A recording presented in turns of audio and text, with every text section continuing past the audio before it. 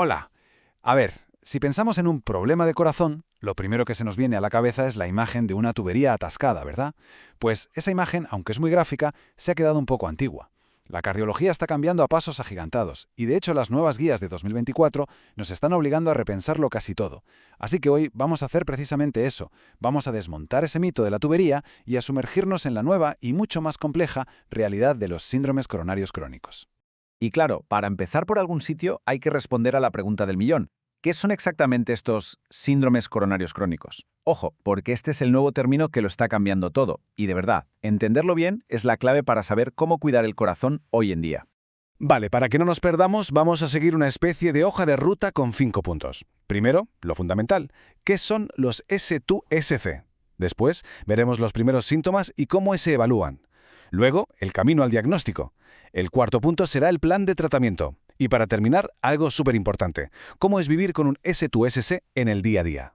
Pues venga, vamos a ello. Empezamos por el principio. ¿Qué son exactamente los SC? Y atentos, porque aquí es donde está el cambio de chip más grande que nos proponen estas guías. A ver, para que nos entendamos, las nuevas guías definen un SCC como cualquier situación en la que hay un desajuste. Un desajuste entre el oxígeno que el corazón necesita y el que realmente le llega. ¿Y por qué pasa esto? Pues por un problema en las arterias coronarias, ya sean las grandes o las más pequeñitas.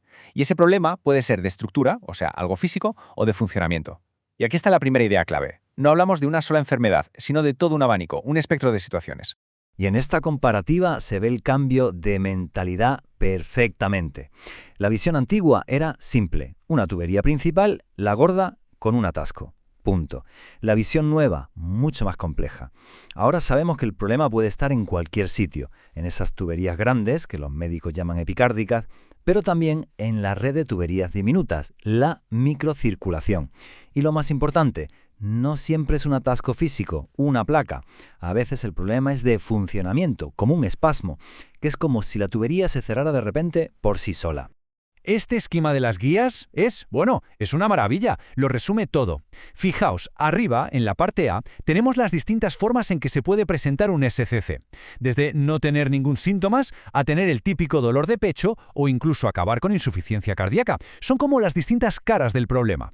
Y ahora, abajo, en la parte B, está el porqué, las causas. Y vemos lo que decíamos, pueden ser estructurales, como la famosa placa de ateroma, o funcionales, como un espasmo. Y esto, insisto, puede pasar tanto en las arterias grandes como en las pequeñas. Es básicamente el mapa completo del territorio. Vale, perfecto. Ya tenemos la teoría de lo que son los SCC. Pero claro, ¿cómo se nota esto en el día a día? ¿Cómo se manifiesta? Pues con esto entramos de lleno en la segunda parte, los primeros síntomas y la evaluación, que al final no es otra cosa que aprender a escuchar lo que nos dice el cuerpo. A ver, todos tenemos en la cabeza el clásico dolor en el pecho, la angina de toda la vida. Pero las guías de 2024 insisten mucho en que estemos atentos a lo que llaman equivalentes de angina. ¿Qué es esto? Pues son otras señales. Esa falta de aire al subir un par de pisos, mareos al hacer un esfuerzo, un dolor raro que se va al brazo o a la mandíbula, o incluso un cansancio que no es normal. Es súper importante reconocer estas otras pistas, porque el corazón no siempre avisa de la misma forma. A veces los síntomas cambian mucho según la edad o el sexo. ¿Y si aparece cualquiera de estos síntomas, cuál es el primer paso? Pues siempre, y esto es fundamental, una evaluación clínica detallada. Ojo, que antes de cualquier máquina o prueba sofisticada, lo primero es la conversación con el profesional sanitario. Contar bien lo que se siente, repasar la historia médica, analizar los factores de riesgo, ese es el cimiento sobre el que se va a construir todo lo que venga después.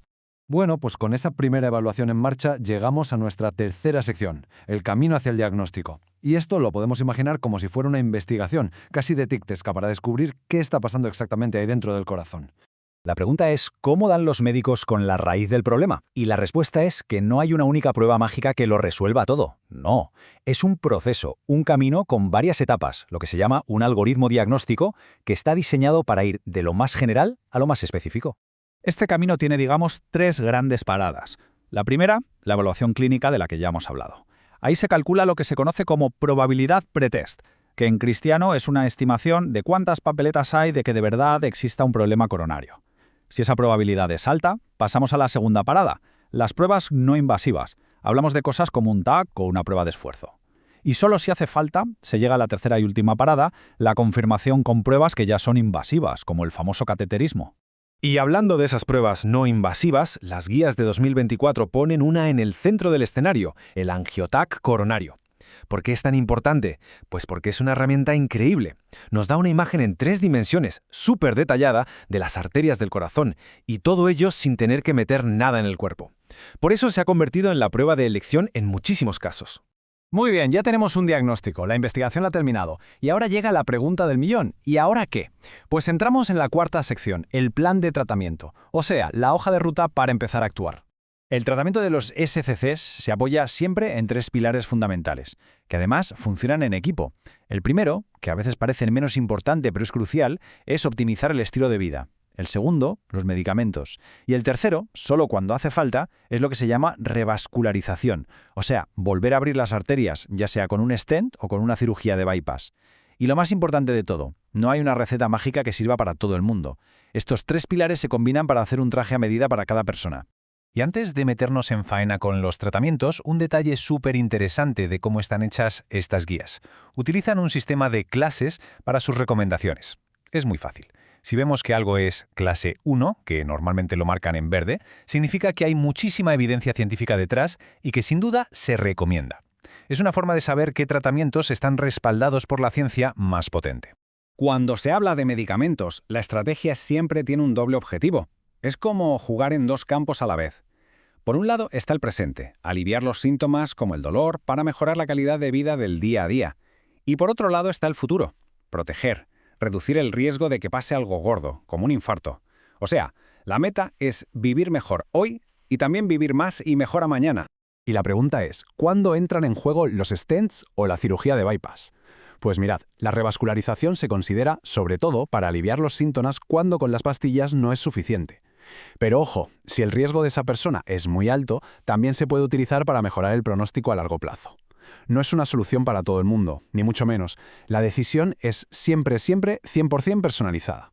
Y con esto llegamos a la última pieza del puzzle, la quinta y última sección, que para mí es quizás la más importante de todas: cómo se vive con un síndrome coronario crónico. Aquí el foco cambia. Ya no hablamos tanto de pruebas o procedimientos, sino del día a día, de la perspectiva a largo plazo.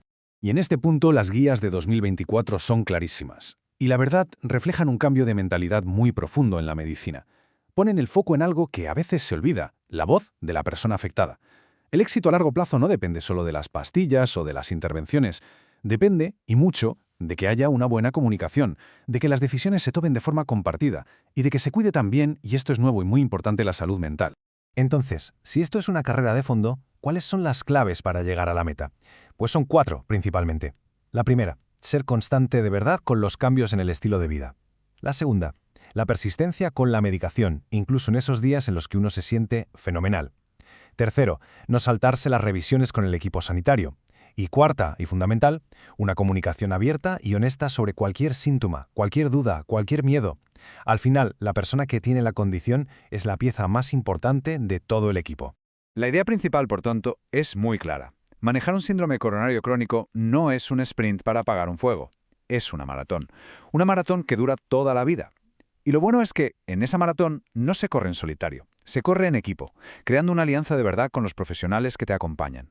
Y todo esto que hemos visto nos lleva a una última reflexión, una pregunta final.